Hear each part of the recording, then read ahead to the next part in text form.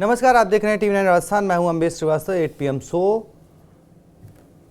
राजस्थान के पूर्व मुख्यमंत्री अशोक गहलोत एक बार फिर चर्चा में है। और चर्चा इसलिए नहीं कि उन्होंने कुछ पोस्ट किया है या उन्होंने कोई बयान दिया है, चर्चा इसलिए क्योंकि उन्होंने कोई पोस्ट इस बार नहीं किया है।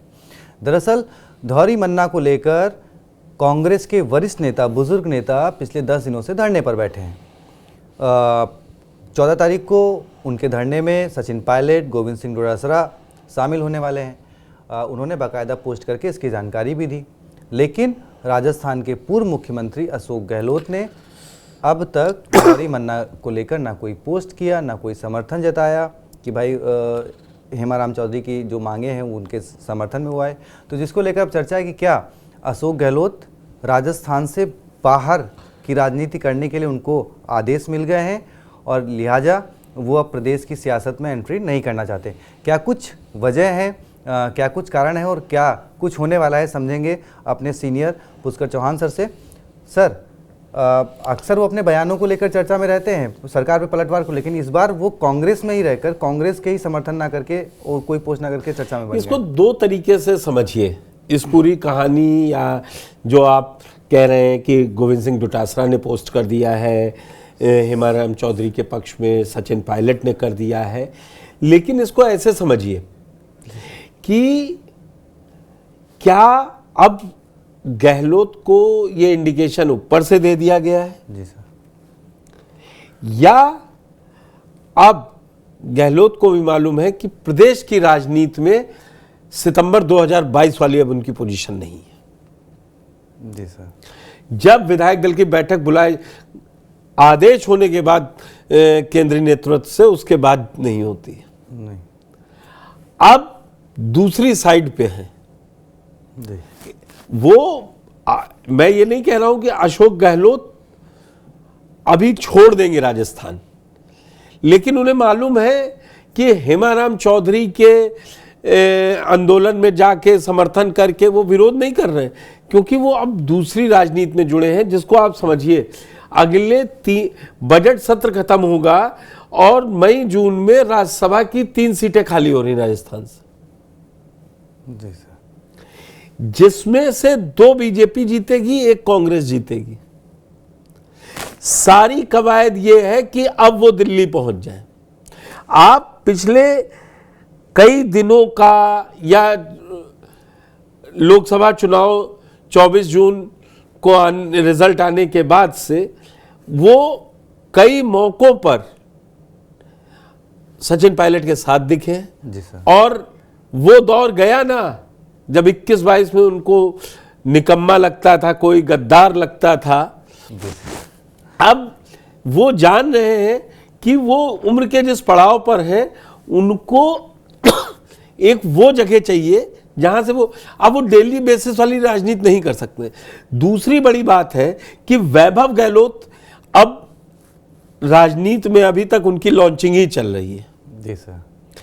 और जो लोगों की राजनीति, चाहे लोकसभा हो, वो जीत नहीं पा रहे हैं 2 बार से। जी। पिता के मुख्यमंत्री रहते भी हारे और पिता के पूर्व मुख्यमंत्री रहते भी हार गए। तो दरअसल अब मुझे जो समझ में आ रहा है, जो गहलोत को, क्योंकि जादूगर आप ही लोग बताते हैं कि कहा जाता है वो राजनीति के इतने कच्चे खिलाड़ी नहीं है कि वो छोड़ देंगे, लेकिन वो जान रहे हैं या तो संगठन में, कांग्रेस संगठन में बड़ा फेरबदल होना है। वो दिल्ली, वो चाहते हैं कि वो राज्यसभा पहुंच जाए और फिर वो वहां से अपनी राजनीति करें। वो ऐसा नहीं है, वो अभी भी चाहेंगे कि राजस्थान में कोई आए तो उनके मनपसंद आए। और ये तो जग जाहिर है, वो सचिन पायलट के नाम पर राजी इसलिए हो सकते हैं कि केंद्रीय नेतृत्व कांग्रेस का चाह रहा है। अगर उनसे दिली इच्छा पूछी जाए तो वो थोड़ी ना मानेंगे इस बात को। इसीलिए देखिए, गहलोत के समय के एक नेता जो 2020 में प्रदेश अध्यक्ष बनते हैं जी, वो आजकल अपने आप को नेक्स्ट सीएम फेस मानते हैं कांग्रेस का, और वो उसी तरीके की राजनीति कर रहे हैं जी। तो कहीं ना कहीं तो चाहिए। अच्छा, डोटासरा लगातार 5वीं बार चुनाव जीते हैं। जी।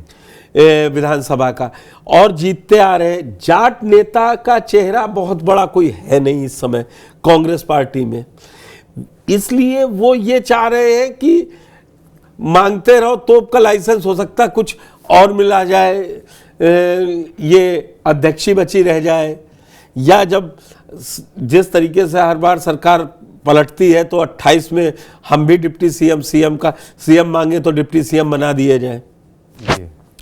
तो उस राजनीति की राजस्थान में चर्निंग हो रही है। इसीलिए हेमाराम चौधरी ने जो मुद्दा उठाया वो ठीक है, वो अप्रत्यक्ष प्रत्यक्ष रूप से उसके साथ भी हैं, लेकिन वो अभी लॉबिंग में है, महाराष्ट्र में है, वो महाराष्ट्र में बीएमसी चुनाव चल रहे हैं, वहाँ पर हैं। लेकिन अशोक गहलोत को मालूम है कि उनकी उपयोगिता साबित हो गई तो एक सीट कोई बहुत बड़ी बात नहीं है। राज्यसभा अभी भी कांग्रेस भले राज्यों में बहुत कम हो गई है, तोड़ फोड़ के यहाँ से तो पहुँच सकते हैं ना जी। और सबसे बड़ी बात उनके साथ प्लस पॉइंट क्या है, वो माली समाज से आते हो, ओबीसी चेहरा भी होते हैं। और अभी कांग्रेस ने रेजोल्यूशन पास किया है कि अब संगठन हो, सत्ता हो, हर जगह 50% पिछड़े, आदिवासी और दलितों के लिए रिजर्व रहेगी। तो उस फॉर्मूले में भी सेट हो जाते हैं, इसीलिए वो शांति की राजनीति कर रहे हैं। और ये अब देखना है कि वो अपने को सेट करते करते वैभव गहलोत के लिए क्या स्पेस छोड़ते हैं। देखिए, वैभव गहलोत लोकसभा का चुनाव 2 बार हारने के बाद फिर पार्टी में ये रेजोल्यूशन रहता है 2 बार के लगातार हारे कैंडिडेट को बदल देना चाहिए। तो अब वैभव गहलोत क्या करेंगे? सरदारपुरा सीट देंगे उनको 28 में। भाई सबसे बड़ा दावा तो अशोक गहलोत का है, तो अशोक गहलोत जिसको चाहेंगे जोधपुर की सरदारपुरा सीट वो वही लड़ेगा जी। तो लेकिन वो भी चाहते हैं कि इतना विरोध ना हो जाए कल को कि बेटे की ताजपोशी भी रुक जाए। इसलिए जो आप कह रहे हैं, क्या वो दिल्ली से राजनीति करना चाहते हैं?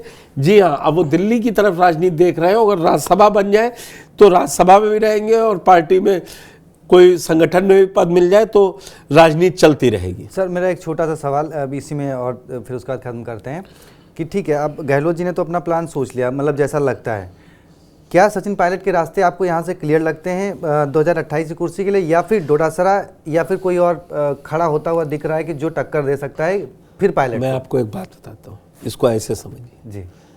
बहुत बड़े अधिकारी होते हैं ना, लोगों को लगता है नीचे सबऑर्डिनेट्स होते हैं, उनको लगता है कि हमें सब जानना है। वो 1 ही 2 आदमी जानता है। तो गांधी परिवार राजस्थान में 3 ही 4 बड़े नाम हैं। मदेरणा परिवार के नाम को जानता है, गहलोत परिवार को जानता है, या पायलट परिवार को जानता है। वो सचिन पायलट को नाम से बुला लेंगे जी। उन्हें नहीं मालूम है, कहेंगे पीसीसी अध्यक्ष बुलवाइए जी।